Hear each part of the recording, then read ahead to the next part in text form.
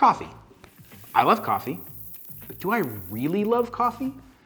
I recently had a fantastic, probably the best cup of coffee I have ever had over at the local coffee shop near my house called the Foxtail Coffee Shop. They roast all their own coffees, they brew it, it's all fancy. And I had what was called a cortadito.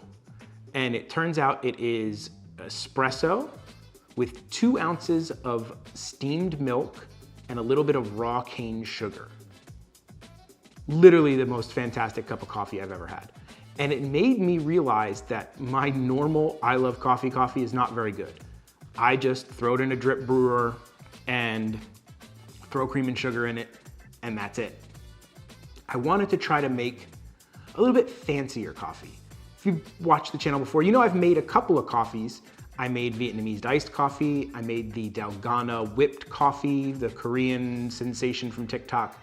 But I wanted to make something closer to an espresso drink, but I don't have an espresso brewer. They're expensive, the cheap ones apparently don't even make real espresso. So I wanted something different. I have my AeroPress, and I found out about this thing called the Moka Pot. And these things are old, like 1800s old. And the Bialetti brand is the very first one who patented and invented it. And these things are super cool. They don't brew real espresso. Nothing does, because you need like crazy pressure to do that. But the way this works is you get a chamber where you put water. You put your coffee in this little basket, put this all together, put the top back on, and you sit it on the stove. What it does is it heats up the water in here, which causes steam. That steam pushes the water up through the brewer, and then it comes out and kind of does this cool little bubbly effect out of the top. A ton of Italians have these in their house. Like pretty much everyone apparently in Italy has one of these in their house. So my grandfather used to brew with a very similar style brewer, but his had a glass top where you could actually see the coffee bubble through the top. And he would brew the darkest, thickest coffee I had ever seen in my life. Now, he would put a shot of black Sambuca in his and a twist of lemon, and that was his morning coffee.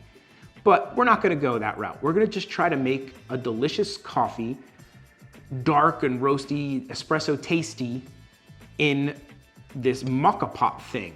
I've tried a couple times already. It's gone okay to not so okay. Let's go over some of the things that I've tried. I have tried this.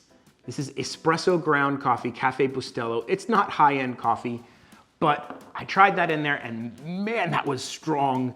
Didn't have a really good flavor, very bitter. So that didn't come out well. And after some research, I found that for this Moka Pot, you don't wanna have espresso ground coffee. That's very fine. It's almost like a powder, and it's not the best way to brew with this. You want something not as coarse as what you would brew in your normal drip coffee, but not as fine as espresso, so something in the middle. Well, I do have a bean grinder. It's not the best in the world, it's very cheap. And coffee snobs like James Hoffman and Morgan Drinks Coffee that I recently found out about, who won the US Barista Championship. A YouTuber won the US Barista Championship just a couple days ago. Congratulations, Morgan. Love the channel. They might say these aren't the greatest, but it's what I got. And I'm gonna try to grind up some coffee, specifically some espresso bean Starbucks coffee. Grind it up, put it in here, make a pot of coffee. It's not really a pot. This makes like 2 to 3 cups of little espresso sized coffees, but we're gonna make some coffee today. I got stuff to get. Hold on. Things I've learned from watching coffee experts on YouTube is you gotta be very precise. You have to weigh everything. So I have a little kitchen scale, and we need 15 grams. Most of these are all in grams. Even though I'm American, I believe the metric system is a better way of weighing things and keeping track of stuff. So we're gonna go with that. That's where all the recipes I find are. We need 15 grams of coffee and 250 grams of water. And that is supposed to produce a delicious cup of coffee. So let's grind some beans. And I somehow made a mess. My grinding settings is over here. So that's a 1 is the finest. We'll go to a 3.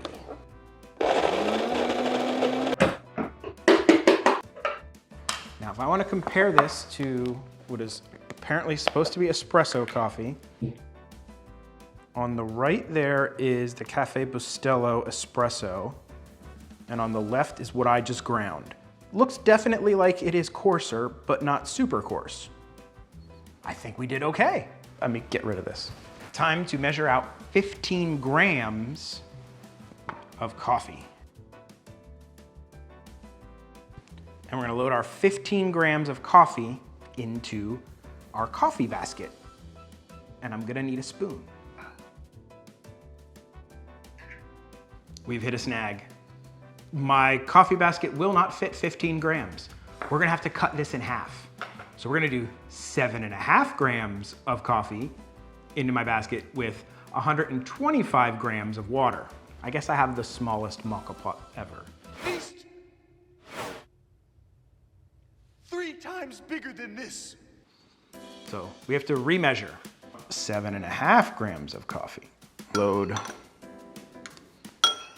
And I'll link to the Amazon listing of the place I bought this Moka pot from. So if you want to do this, you could buy a Moka pot too. It will be an affiliate link, so I make a little bit off it if you purchase stuff. It helps support the channel. Unlike espresso, we don't tamp this down and make it like firm. You actually want it to be loose. So they say to just kind of let it do its thing and be loose.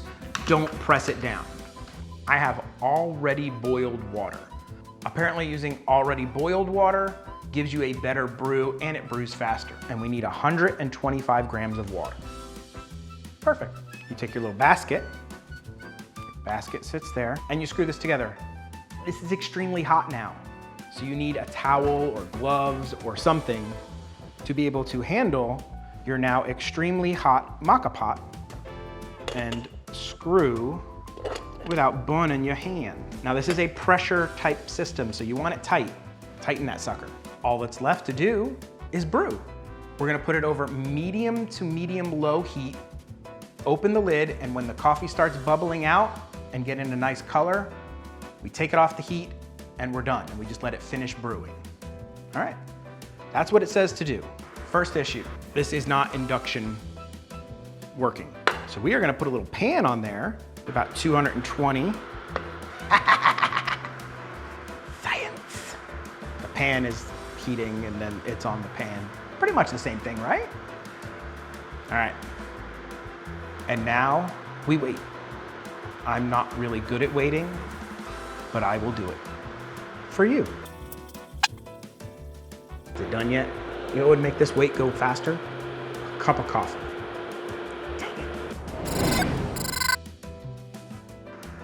Ooh, we have coffee. Whoa! Apparently my temperature was too hot. Now that can apparently cause problems for the brew. We might have to do this again. Attempt number 1, not so great. We will pour into my best friends forever mug. Not a lot of coffee. Smells very espresso-like.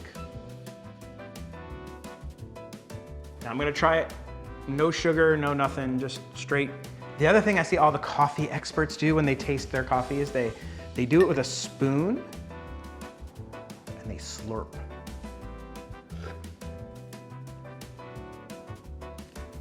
Bitter, but I do get some of the good coffee notes that I like from a cup of espresso out of there. I think if we do this right at a lower temperature, this could be good. Time number 2. Now this time, we are gonna set it on the lowest absolute temperature that my induction cooktop will go. And we wait again.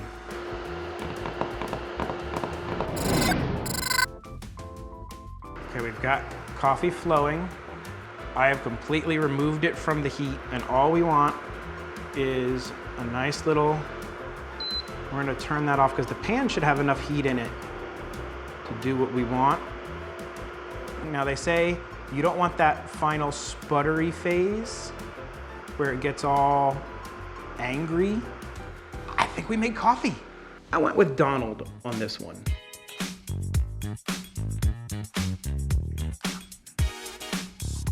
Let's see if there's a difference in taste between doing it the first time and the second time.